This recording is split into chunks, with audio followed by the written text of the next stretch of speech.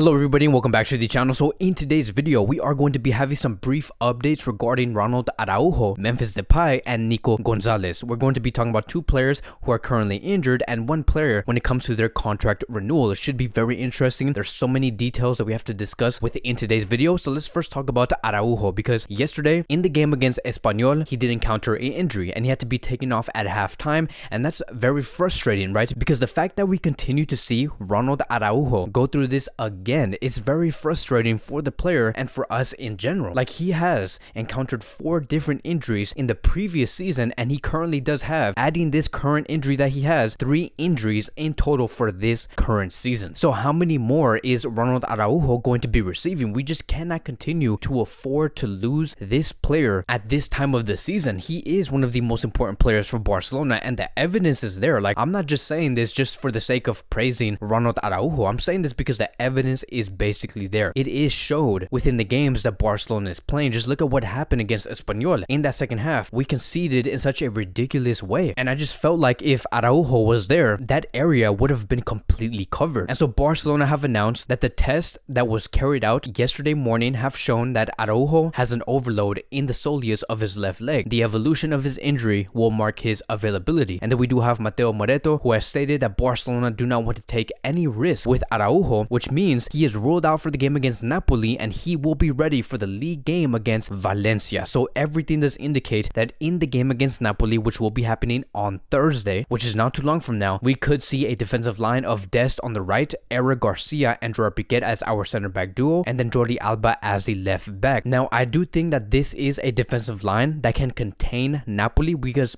we know that Napoli is dangerous. Like, this defensive line is capable, but I just have a feeling, right, with Eric Garcia being next to Gerard Piquet, when it comes to Napoli potentially distributing those long balls or trying to encounter a 1v1 against Eric Garcia, he is going to be dismantled because it takes so much for this player to defend moments like this. Eric Garcia is simply just not ready to defend long balls or 1v1s. And if Napoli studies this defensive line very well, and especially for Eric Garcia, they're going to understand that that is the weakest link and they have to get through that player if they want to have a chance to score. And so right now, like I've said, Eric Garcia is not ready. He has shown it. I understand that he just came back from injury, but like I have said in the previous video, the margin was just too big. That was not a mistake because you have fitness issues. That was a mistake because you were unaware of what was going on behind you. And so do I think that this player does have the capability to learn and grow as a great center back? Of course. But when it comes to Araujo, we're just going to have to wait and see how his injury does evolve, because maybe if a miracle does happen, maybe we just could see him against Napoli, but everything does indicate that he will be missing that match. Now let's move on towards the next topic of today, and let's talk about Memphis Depay. And it says here, according to Xavi Miguel, Memphis will miss the game against Napoli at the Camp Nou. The player has not trained with the team and he needs another week of recovery. He is expected to be available for the second leg in Italy. So the more Memphis Depay is injured, the more grateful I'm starting to really become when it comes to the reinforcements that we have made last month during the transfer window. Because before Xavi, when we had Ronald Koeman and we had Memphis Depay in our disposal, knowing that Ansu Fati was still injured, we're like, okay, if Memphis gets injured, then what? Like, what's going to be our plan B? Like, Griezmann was out, Messi was at PSG. We basically had no other solution. And we also did not know at that point whether Luke de Jong was going to be working in this Barcelona team successfully or not. But now with the reinforcements that we have made, seeing Aubameyang, Adama Traoré, Luke de Jong, who is currently on form and has been greatly utilized under Xavi, and then also seeing Ferran Torres, who is a great winger and a striker, I do think that even without Memphis, Barcelona can do very well. And when Memphis does return, I just really hope that he comes back and gains his form again. We get to see a great Memphis Depay, a world-class Memphis Depay, because he just simply has too much talent to not be scoring 15 goals, 20 goals per season. You look back at what he did in the first 2 months in Barcelona under Koeman, he was class. And so I have no idea where that version did go, but we need that striker, that winger back, which is again Memphis Depay. And so I understand that his position is a second striker, someone who is right underneath the main striker, but but that position just does not exist in Barcelona. So it's going to be up to Xavi to try and reinvent this player, to understand, okay, we understand what type of player Memphis is,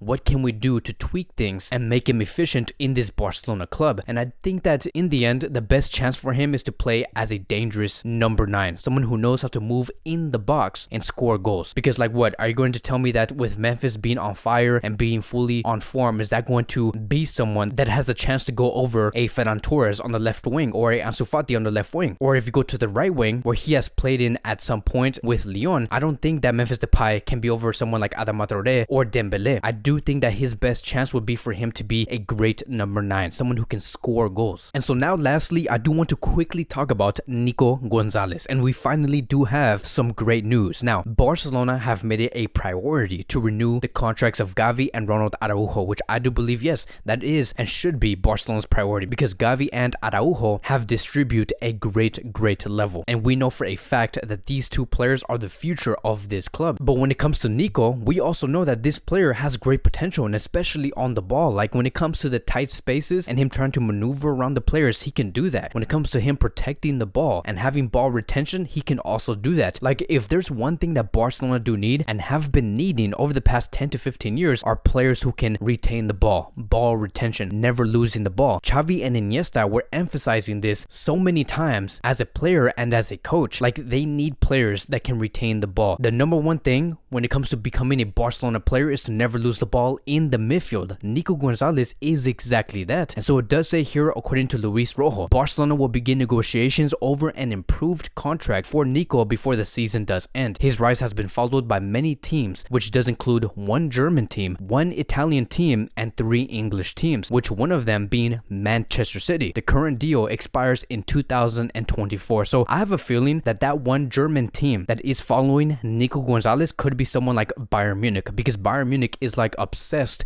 with our La Masia players like Xavi or Nico Gonzalez, for example, like we do see here. So we must protect this player at all cost, develop this player at all cost, and I know that this player, Nico Gonzalez, is going to be a very important part of this dynasty that Xavi is building for the future. But that is going to be wrapping up today's Barcelona Daily News. Thank you guys so much for watching. If you guys are new here, welcome to the channel. Please like, subscribe, comment, and I will see you guys in the next video.